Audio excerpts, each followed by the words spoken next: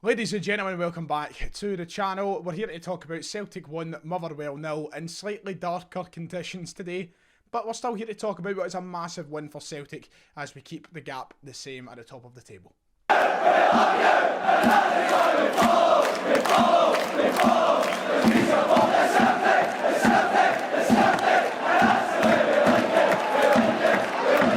Right then, just a couple of things very quickly. You're wondering, why does it look darker? Why is the lighting a bit weird? Literally, as I walked into the room to start the video, I turned the light on and what happens instantly? Boom. Bulb blue, gone. Don't have a spare bulb. Don't have time to change it anyway because I'm meant to have work in 35 minutes time.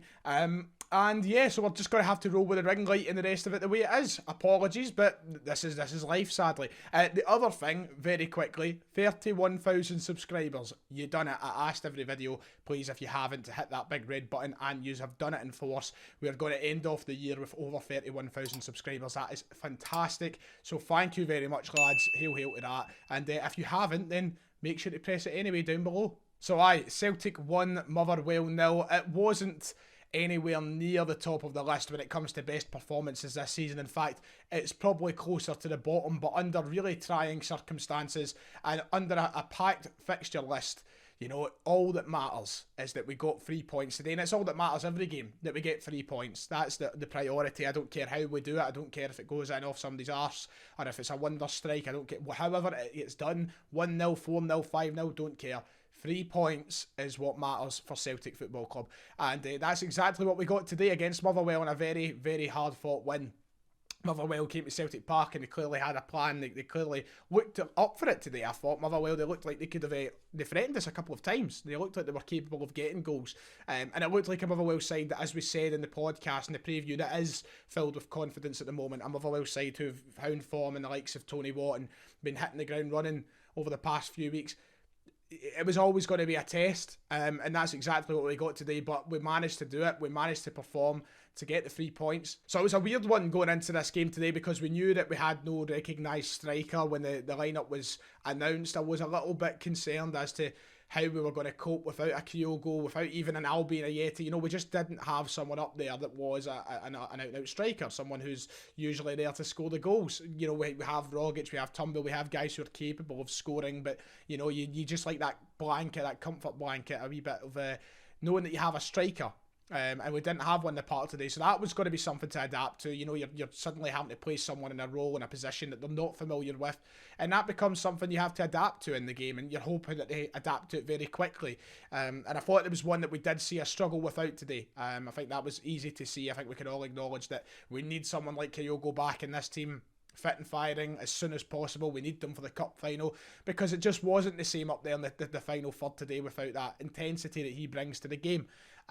We've seen Turnbull for the majority of the first half playing in at that role where you'd see the striker normally, and to be honest, I thought it would have been better off with it being Tom Rogic today. I thought Rogic, the goal scorer, would have been a better option in and around that area and sitting in front of Turnbull. There was a little bit of alternating even between the wingers and such as well as to who was filling in there, but for the majority of the first half it was David Turnbull.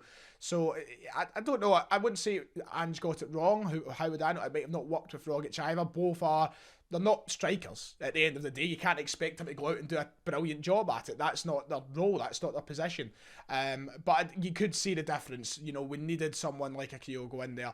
And you're just hoping that he is here for Sunday. First half, though, up until we got that goal, you know, we had a couple of chances. Forrest should have scored really early on. We did get forward a good few times and we could have scored goals. But ultimately, I thought we were a little bit sloppy in the first half. And I thought that was there from back to front. I'm not going to be overly critical and harsh on the team because we got the 3 points at the end of the day, but we did just look that little bit nervy today, I thought, and a little bit just, I don't know, it was as I said, the word sloppy, I think that's the perfect word to use. At the back, Carter, Vickers and Starfelt in the first half I thought looked a little dodgy at times. I thought at the full-back positions we were dodgy at times. There was a couple of occasions where Taylor and Juranovic, for example, were passing it right to the Motherwell team. I didn't think there was anyone who was really, really comfortable in that first half. It took us a little while to get into that. I don't think anybody was dreadful, but we certainly weren't the levels of competent or confident, maybe, that we have been in previous games. But they got it together, and the big story of the first half is, of course, that goal right on the end of the half, the 45th minute. That ball was beautiful. That set pieces. That's how you do a set piece. That's it right there. You know, we've seen so much faffing about from free kicks and corner kicks this season, and we haven't quite executed what I think we have in our heads. That was beautiful. Done fantastically. Back in the net, leaves Kelly no chance of saving it, who was forced to make a good couple of saves in the first half.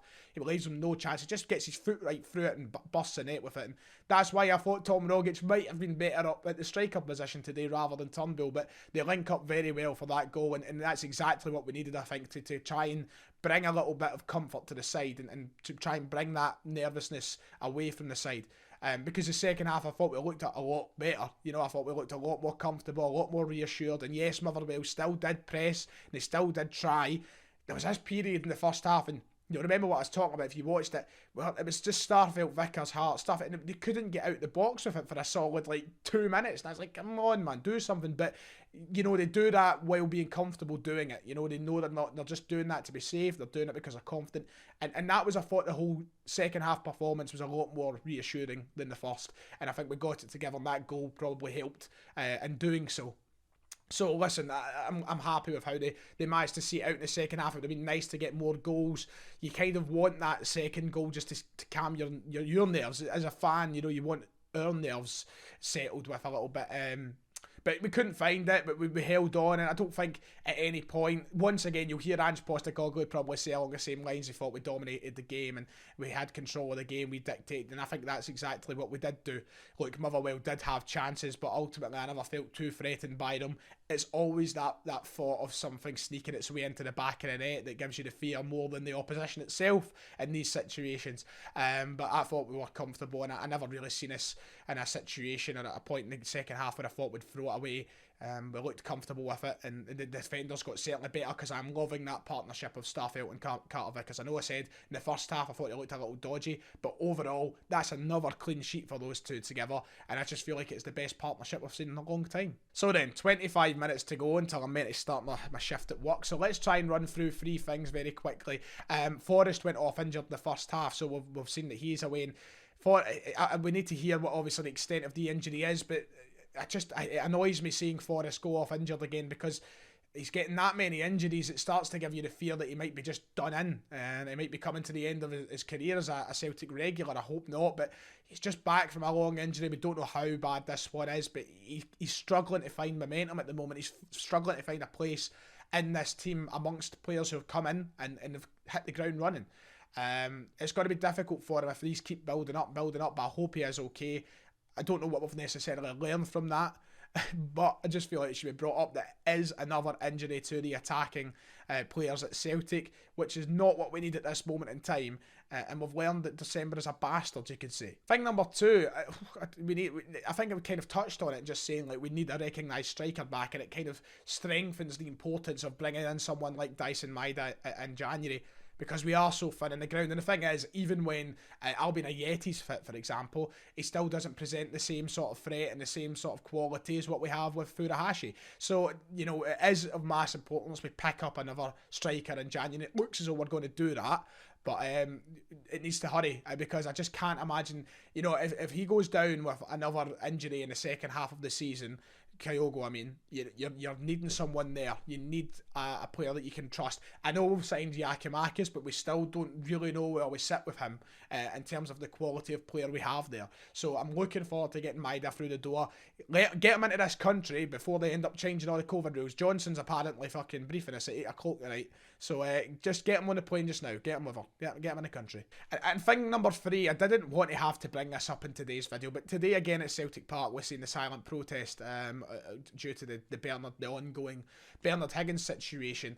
The third thing of that needs sorted pronto, as soon as possible. Celtic, open your ears, open your eyes, listen to the fans. I say listen to the fans, technically it's listen to the lack of the noise from the fans because of these protests, but I'm in full support of the protest, just to make my point on my stance on it perfectly clear again, because I know not everyone is, and that was seen today at Celtic Park. Some amount of people, you know, sitting chanting about stick your silent protest and all the rest of it. We can't have this in the stadium. You know, this is the thing. People in my section in particular, there was a good few people who were shouting about it and shouting, targeting their kind of chants and their complaints to the Green Brigade.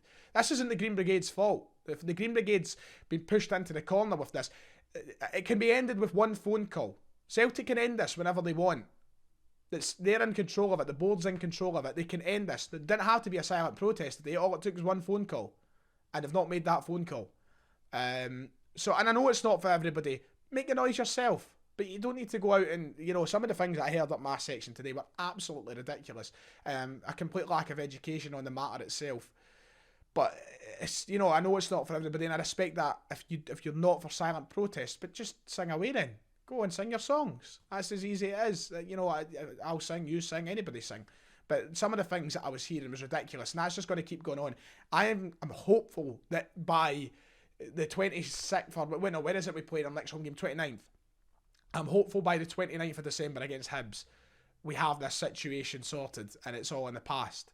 But I cannot be bothered with some of the things I was hearing today up in the section any more this season. I really can't. So Celtic, get it sorted. It's gone on long enough. All it is one phone call, and it's as simple as that. Let's get the stadium jumping again, instead of having to do this, because fans have been backed into a corner. So yeah, that was the third thing. That'll do. Like and subscribe. I've got to go to work. Enjoy your nights, and I'll see you all next time.